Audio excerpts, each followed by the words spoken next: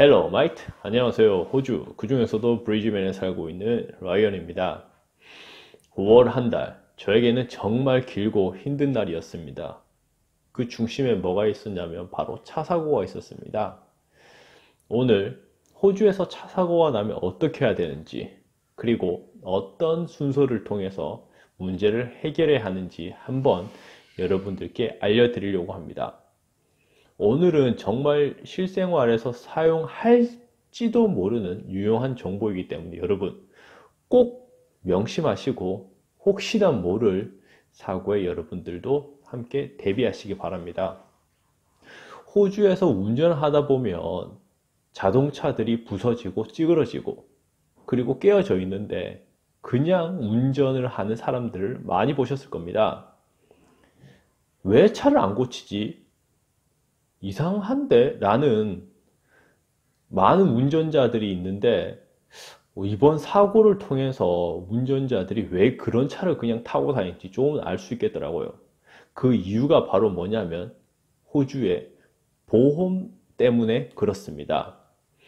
호주의 자동차 보험은 한국의 자동차 보험과 약간 차이가 있습니다. 여러분들도 아시다시피 XSF라는 게 있죠, 맞죠?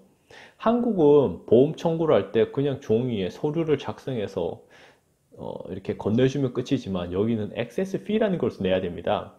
즉 보험을 청구하기 위해서 또 다른 돈을 내야 되는 건데 이것이 결코 싼 돈이 아니죠.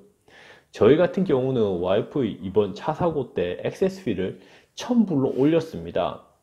그것도 보험 갱신하면서 600불인가 800불이었던 액세스 fee를 에이 설마 사고 나겠어 하면서 1000불로 올렸는데 새로 갱신하자마자 한두 달 뒤에 이번 차 사고가 터진 거죠. 그래서 울며 겨자 먹기로 액세스 피를 내고 그리고 보험을 청구하였습니다. 여러분이 차를 운전하다 보면 이렇게 보험에 관련돼서 상대방과 여러분이 이렇게 관련된 텐데 네 가지 정도의 시나리오가 있을 수 있습니다. 그러면 이 시나리오를 하나하나 살펴보면서 어떻게 대처해야 될지 한번 보겠습니다. 첫 번째, 만약에 여러분과 그리고 상대방 양방이 모두 보험이 없을 경우입니다. 만약에 모두 보험이 없을 경우는 어쩔 수 없이 합의로 해야 됩니다. 구두로 합의를 해서 내 차 내가 고칠 테니 너 차 너가 고쳐라 라는 이런 합의가 있으면 잘 끝나는 거죠. 근데 만약에 합의 이르지 못하게 되면 어쩔 수 없이 변호사를 고용해서 이렇게 문제를 풀어야 될 것입니다. 제일 쉬우면서도 어쩌면 제일 복잡해질 수가 있는 그런 케이스가 되겠죠. 두 번째, 저는 보험이 있는데 만약 상대방이 보험이 없는 경우입니다. 그러면 어떻게 될까요? 만약에 제가 저의 실수로 상대방을 이렇게 사고가 냈습니다. 그럼 먼저 여러분은 상대방에게 잘못 괜찮냐라고 이렇게 하면서 이제 얘기를 하겠죠, 맞죠? 그런데 보니까 여러분은 큰 사고 아니에요. 여러분이 비록 보험을 가지고 있지만 큰 사고가 아니면 서로 합의하에서 이렇게 마무리 짓는 것이 제일 좋습니다. 왜냐하면 아까 전에 말씀드린 여러분들 액세스피라는 것이 있죠, 맞죠? 액세스피가 있는데 이게 800불 또는 1000불 아니면 그 이상이 되면 보험을 청구하기 위한 액세스피가 이 수리비보다 더 많이 나올 수가 있습니다. 그럼 여러분들이 손해죠, 맞죠? 액세스피를 낼 뿐만 아니라 다음 보험 갱신할 때 보험료가 상승하는 효과까지 있다니까 만약에 사고가 크지 않으면 이렇게 잘 합의하는 선에서 마무리할 수 있습니다. 그리고 세 번째 케이스가 있죠. 여러분은 보험이 없는데 상대방이 보험이 있는 경우예요. 만약에 여러분이 이렇게 가다가 상대방이 여러분을 이렇게 사고가 냈어요. 그러면 상대방 책임이죠, 맞죠? 상대방 책임인데 역시 합의가 제일 좋습니다. 합의가 제일 좋지만 만약에 그렇지 않다라고 한다면 여러분은 보험이 없기 때문에 여러분은 그 상대방을 통해서 보험사를 이렇게 통할 수밖에 없는 거예요. 아니면 법적으로 갈 텐데 법적으로 가게 되면 어쩔 수 없이 또 변호사 쪽에서 그 상대방 보험사를 이렇게 연락하는 방법을 취하게 되는 거죠. 네 번째 케이스가 있습니다. 바로 저희 와이프 같은 케이스인데 둘 다 보험이 있는 경우예요. 둘 다 보험이 있는 경우. 이번 와이프 같은 경우는 와이프의 잘못으로 상대방을 받았습니다. 상담을 창을 아작냈는데 상대방 측이 보험을 걸었어요. 그리고 사고 이렇게 부서진 범위를 보고 고쳐야 될 스케일을 보니 이게 많이 나오겠더라고요. 비록 액세스비가 1000불, 즉 한국 돈으로 하면 한 80만원, 90만원 정도 되지만 그 비용보다 차를 수리하는 비용이 더 컸습니다. 저희 같은 경우는. 그래서 저희도 역시 보험을 청구를 했죠. 보험을 청구를 하면서 여러분과 당사자, 그 상대방이 모두 보험이 있으면 보험사들끼리 이렇게 알아서 하기 때문에 크게 신경 쓸 건 없습니다. 그럼 여러분은 보험, 바로 그 자리에서 바로 보험사에 연락해도 괜찮습니다.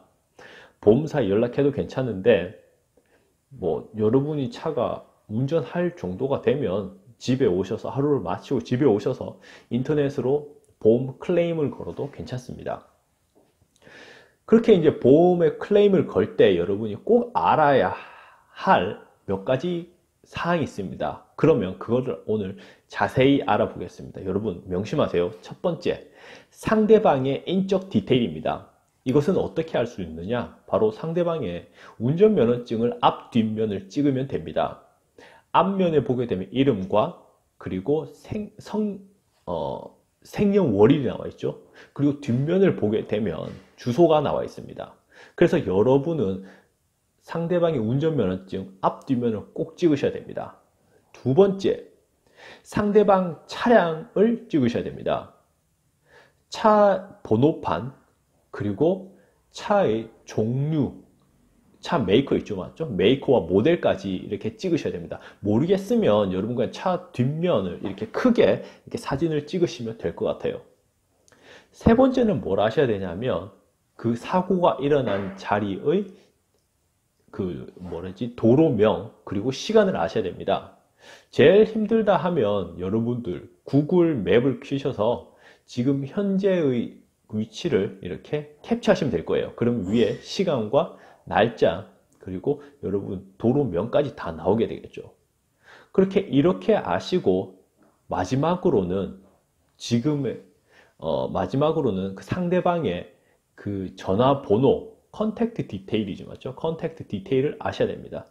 혹시나 그 사람들이 잘못된 전화를 가르쳐 줄 수도 있으니 여러분이 받으시면 바로 전화를 해보세요. 그리고 링톤이 울리면 그때 이렇게 확인을 하시는 것이 정말 중요합니다. 그렇게 이 정보들을 다 가지고 오셔서 그러면 하루를 마치고 이제 컴퓨터에서 클레임을 걸어 보도록 하겠습니다. 클레임을 걸면 여러분이 그냥 있었던 일을 그냥 상세히 쓰시면 돼요. 카테고리가 있습니다. 사고가 난 경우가 여러분이 잘못인지 아니면 상대방이 잘못인지. 그러면 보통 자잘못이 가려지죠, 맞죠? 만약에 여러분이 뒤에서 상대방 차를 박아 버렸으면 여러분이 잘못인 거고, 아니면 상대방이 뒤에 있었으면 상대방 잘못인 거죠. 그리고 꼭 차뿐만이 아니라 보행자 그리고 자전거 타는 사람 등 여러 카테고리가 있습니다. 그 카테고리에 맞춰서 하나하나 이렇게 나가시면 될 거예요. 그렇게 여러분들이 다 이렇게 클레임을 걸고 나면 마지막에 여러분이 지정할 수 있는 정비소들이 나옵니다. 아무 곳에 가면 안 되고 보험사에서 지정한 정비소에 가야 되는데 그렇게 어포인트먼트를 잡고 가시면 됩니다. 저희 와이프가 사고 난 지가 5월 초였습니다. 그때부터 저희 악몽이 시작되었죠. 그렇게 클레임을 걸 때까지는 잘 진행될 줄 알았는데 약속을 잡고 차를 가져다 줬는데 그때부터 이제 악몽이었어요. 저희가 볼 때는 차의 외면만이 이렇게 좀 부서지고 해가지고 크게 시간이 걸릴 거라고 생각 못 했어요. 한 7일에서 한 10일 정도? 그렇게 걸렸는데 다 됐다는 말에 다음날 저랑 저희 와이프는 바로 차를 찾으러 갔죠. 근데 차를 찾고 오니 차가 더 이상해진 것 같더라고요. 그러니까 안 들리는 소리가 조금 들리고 그리고 고쳤다는 이력서를 보니까 한 2장 정도까지 넘어가더라고요. 보험사에 청구를 하니까 공업사 쪽에서는 많이 필요 없는 것까지 많이 고쳤는가 봐요. 그래서 엄청난 리스트의 그 수리 목록이 나오고 그 차는 이상한 소리 나더라고요. 그래서 다음날 차를 또 입고시켰습니다. 입고시켜서 이게 난다라고, 이런 안 나던 소리가 난다라고 또 이렇게 말했더니 알겠다면서 또 한번 보겠대요. 그러면서 또 며칠의 시간이 걸리고 또 다음 방문했을 때 또 이만한 리스트가 적힌 또 수리 내역표를 또 받았습니다. 그렇게 받았는데 결국은 그 소리는 못 잡았어요. 소리는 못 잡고 지금도 와이프는 그냥 그 차를 타고 있습니다. 이렇게 보험을 한번 해 보니까 왜 사람들이 보험회사에 청구를 안 하고 왜 그냥 차를 타고 다니는지 이렇게 알 것 같더라고요. 첫 번째 이유는 뭐냐면 일단 액세스비가 비싸고, 두 번째는 엄청난 액세스비와 엄청난 수리비 때문에 다음 보험료가 이렇게 또 할증이 될 것이고, 세 번째는 이 정비소가 개인 정비소처럼 이렇게 잘 해주고 싹싹하고 깔끔한 일 처리가 못해요. 그러니까 만약에 제가 개인적인 일로 차를 들고 정비소로 간다면 저와 정비소가 이렇게 얘기를 하면서 해결해야 할 부분을 찾겠지만, 여기서는 저한테 돈을 받는 것이 아니라 보험사에게 돈을 받으니까 크게 애살 있게 일을 처리해 주지 않더라고요. 그리고 리셉션에 가도 이렇게 별로 반갑게 받아주지도 않고, 그렇게 저희는 거의 뭐 3주 동안 이렇게 차를 가지고 씨름을 하였습니다. 그리고 차가 다 이제 수리가 다 마치고 차를 찾고 오니 며칠 뒤에 상대방 보험사에서 이렇게 저희들에게 메일을 보냈더라고요. 우편함을 열어보니 메일이 와 있었는데, 그것은 뭐냐면 상대방 보험사에서 저희에게 이제 잘못을 인정하느냐라는 뭐 그런 확인 메일이었습니다. 여기서는 사인이 항상 중요하죠, 맞죠? 그 사인, 시그니처가 들어가게 되면 법적 효력을 가지고 있기 때문에 항상 잘 해야 되는데, 읽어보니 누구의 잘못이었는가, 라고 너희가 확실히 잘못을 했느냐, 인정하느냐라는 것에 이런 그런 란이 있더라고요. 네, 거기에 저희 와이프가 사인을 하고 이렇게 이제 보냈습니다. 어떻게 여러분 좀 도움이 되셨나요? 사고 안 나면 제일 좋을 것입니다. 하지만 저희 와이프도 그랬고 저도 호주 살면서 벌써 2번이나 사고가 났었는데, 어쩔 수 없이 순간적으로 당하는 것이 바로 사고인 것 같아요. 명심하시고, 오늘 말씀드린 꼭 알아야 될 부분들 꼭 명심하시고, 그리고 혹시나 모를 사고에 여러분 당황하지 마시고 침착하게 대응하시기 바랍니다. 오늘 내용이 도움이 되셨다면 구독과 좋아요 부탁드리겠고요. 그러면 여러분 호주에서 안전운행 하시고요. 다음에 또 찾아뵙겠습니다. 바이바이.